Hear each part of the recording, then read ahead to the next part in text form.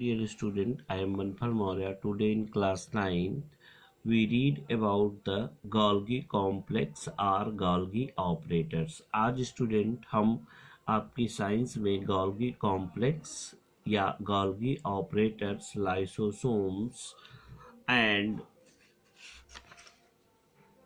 Ribosomes इन जैसे cellular organelles की स्टडी करेंगे। तो सबसे पहले हम देखते हैं गोल्गी कॉम्प्लेक्स और Golgi operator. Golgi complex OR, इसी को हम कहते हैं गोल्गी ऑपरेटर।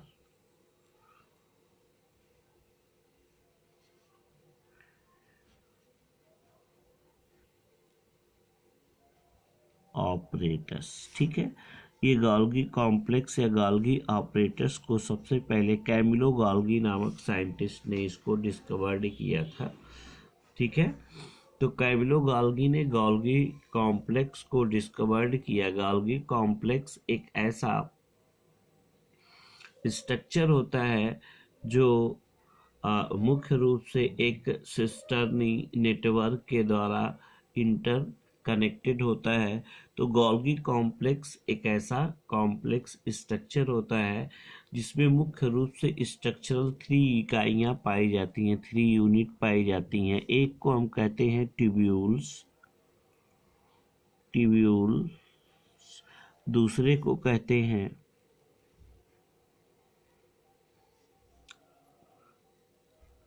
वेसिकल,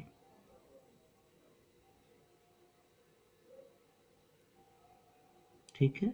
और फिर इसके बाद इसमें एक लॉन्गिट्यूडनल स्ट्रक्चर होता है जिसको हम कहते हैं सिस्टर्नी। क्या कहते हैं? सिस्टर्नी,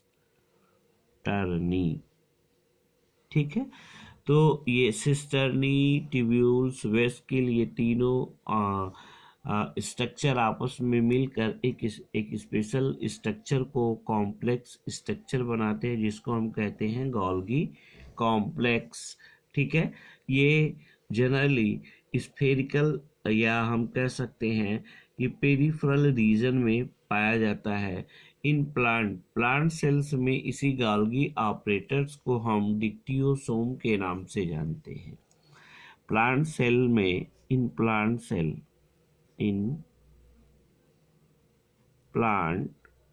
सेल गोल्गी ऑपरेटर्स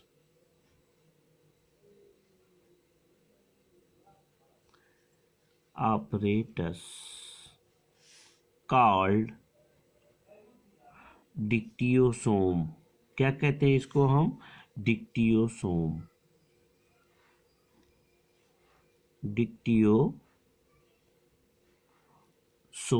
कहते हैं। प्लांट सेल्स में इसको हम क्या कहेंगे? डिक्टियोसोम्स। और ये गोल्गी ऑपरेटर्स जो होते हैं इनका फंक्शन मुख्य रूप से निम्न होता है। तो इनका फंक्शन क्या होता है? Function of Golgi complex.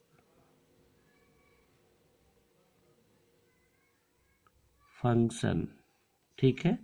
इनका फंक्शन क्या होता है? गोल्गी कॉम्प्लेक्स का function, Golgi operators involve in the formation of lysosome.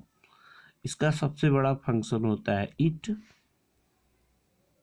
Involve in the formation of lysosome. इसका मेन फंक्शन ही होता है कि लाइसोसोम के फॉर्मेशन में हेल्प करता है। It also responsible for synthesis of cells wall and cell membrane.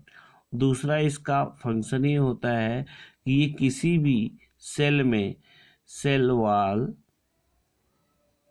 OR cell membrane के formation में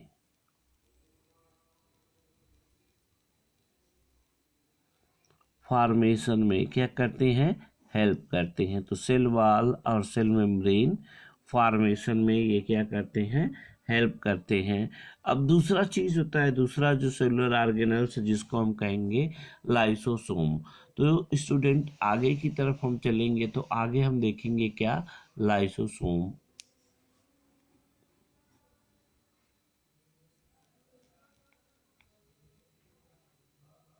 ठीक है, ये बहुत ही मोस्ट इम्पॉर्टेंट स्ट्रक्चर है। लाइसोसोम एक small membranes single membranes bounded vesicle होता है और इसके अंदर वेरियस टाइप के डाइजेस्टिव एंजाइम पाए जाते हैं। ठीक है ना, तो हमें कहते हैं लाइसोसोम क्या होता है, स्मॉल सिंगल मेम्ब्रेनस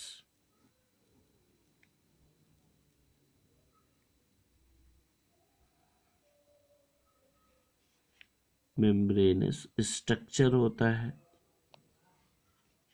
ठीक है, इसको सबसे पहले डी ड्यूबे नामक साइंटिस्ट ने डिस्कवर्ड किया था।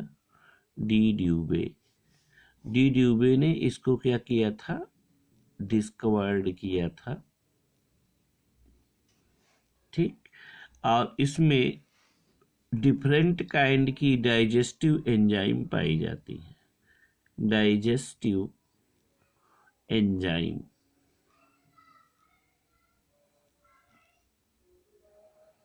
डाइजेस्टिव एंजाइम पाई जाती हैं और ये सभी डाइजेस्टिव एंजाइम हाइड्रोलिटिक नेचर की होती हैं। हाइड्रोलिटिक नेचर की होती हैं।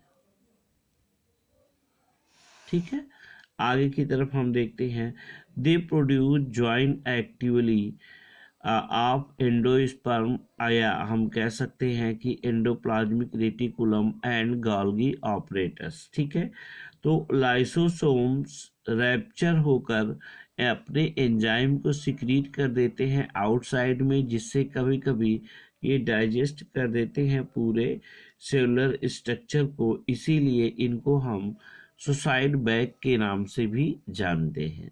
तो कभी कभी ऐसा होता है कि लाइसोसोम में जो भी एंजाइम फील होती हैं, भरी होती हैं, वो लाइसोसोम के ब्रस्ट होने के बाद अदर सेलुलर ऑर्गेनल्स को पूरे सेल्स में डाइजेस्ट कर देती हैं, जिसके कारण इसको, इस लाइसोसोम को हम एक और नाम से जानते हैं, जिसको हम कहते हैं सुसाइड बैग।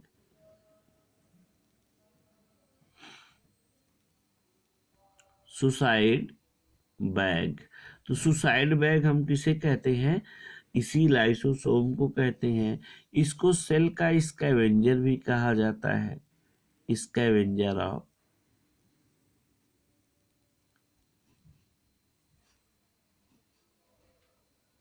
सेल्स, क्योंकि ये सेल्स में अलग अलग सबस्टेंसों को क्या करती हैं, बाहर की तरफ डाइजेस्ट करके निकालने का काम करती हैं। और इनका जो मेन फंक्शन होता है, तो फंक्शन ऑफ लाइसोसोम, यहाँ आप देखिए फंक्शन ऑफ लाइसोसोम। तो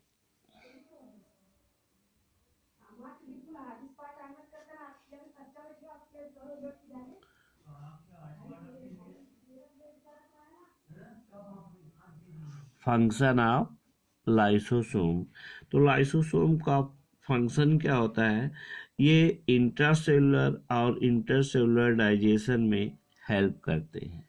हेल्प इन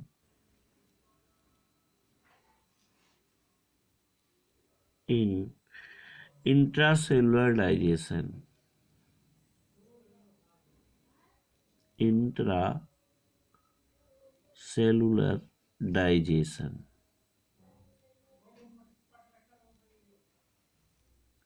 ये इंट्रासेलुलर डाइजेशन में क्या करते हैं, हेल्प कर सकते हैं।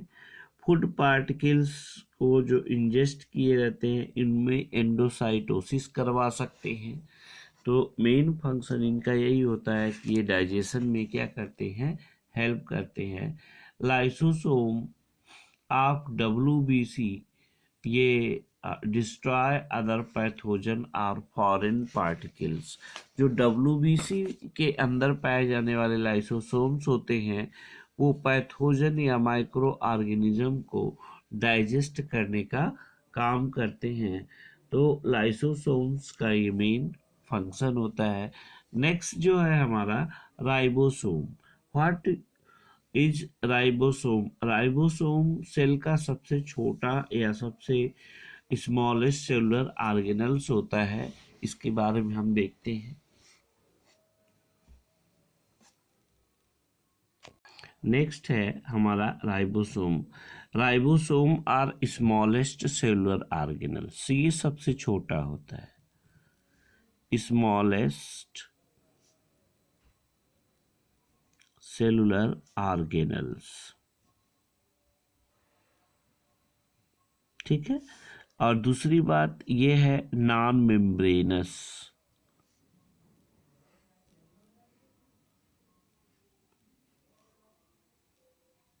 ये नॉन मेम्ब्रेनस होता है, ठीक है। और इसमें मेम्ब्रेनस स्ट्रक्चर नहीं पाया जाता है, ठीक है ना। और ये इसका जो फॉर्मेशन होता है वो न्यूक्लियोलस में होता है। इसका निर्माण न्यूक्लियोलस में होता है।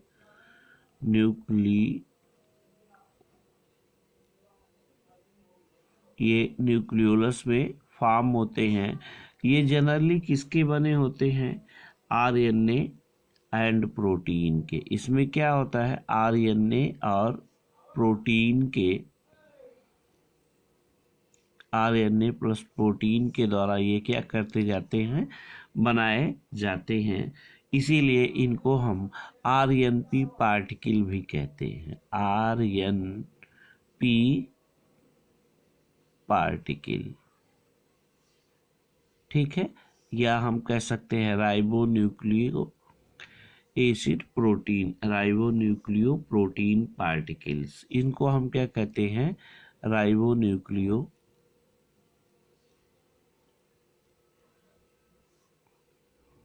प्रोटीन पार्टिकल के नाम से जानते हैं, ठीक है। अब इनका जो राइबोसोम्स होते हैं, ये राइबोसोम में 2 यूनिट होती हैं। राइबोसोम में कितनी यूनिट होती हैं? 2 यूनिट।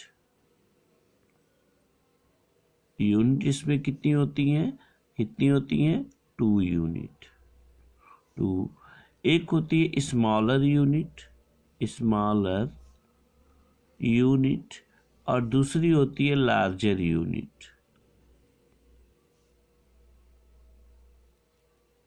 ठीक है।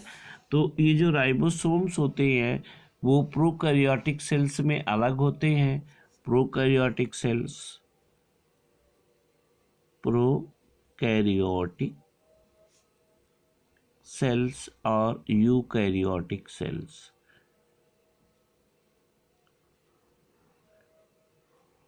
Eukaryotic cells. तो प्रोकैरियोटिक सेल्स में 70S टाइप का राइबोसोम होता है, 70S राइबोसोम। और यूकैरियोटिक में 80S राइबोसोम होता है, ठीक है।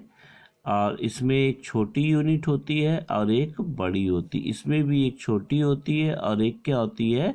बड़ी होती है। तो स्मॉल और ये लार्ज सब यूनिट, ठीक है। ये भी स्मॉल सब यूनिट और ये क्या होती है? लार्ज सब यूनिट। तो इस प्रकार से ये राइबोसोम पाए जाते हैं। Each ribosome contain 2 subunit, a small subunit and a large subunit. At the time of protein synthesis, many ribosome attach to messenger RNA. जब प्रोटीन संश्लेषण की बात होती है या प्रोटीन सिंथेसिस की बात होती है तो उस समय राइबोसोम्स मैसेंजर आरएनए यानी ऐसे मैसेंजर आरएनए का स्ट्रक्चर होता है। तो इसी मैसेंजर आरएनए से राइबोसोम क्या होते हैं? प्रोटीन सिंथेसिस के समय एक दूसरे से ऐसे एक सीरियली मैनर में अटैच्ड हो जाते हैं।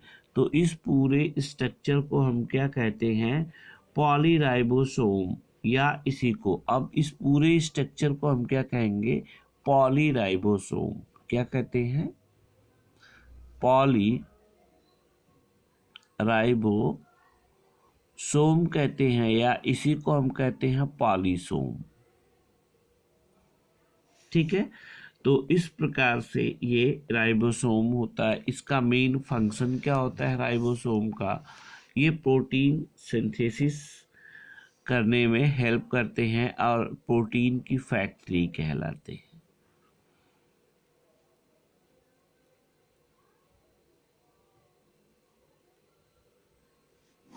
इनका फंक्शन क्या होता है, हेल्प इन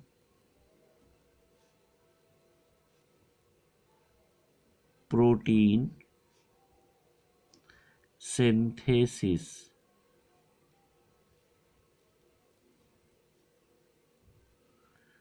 and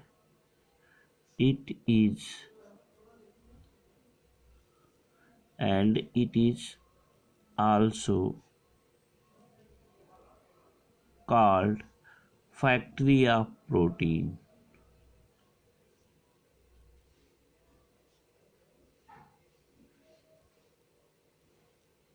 क्या कहलाते हैं, फैक्ट्री ऑफ प्रोटीन, ये प्रोटीन की फैक्ट्री कहलाते हैं। ठीक है, तो आई होप स्टूडेंट ये आपको समझ में आया होगा टॉपिक। आज के लिए इतना ही, नेक्स्ट डे हम आपको वैक्यूल की स्टडी करवाएंगे।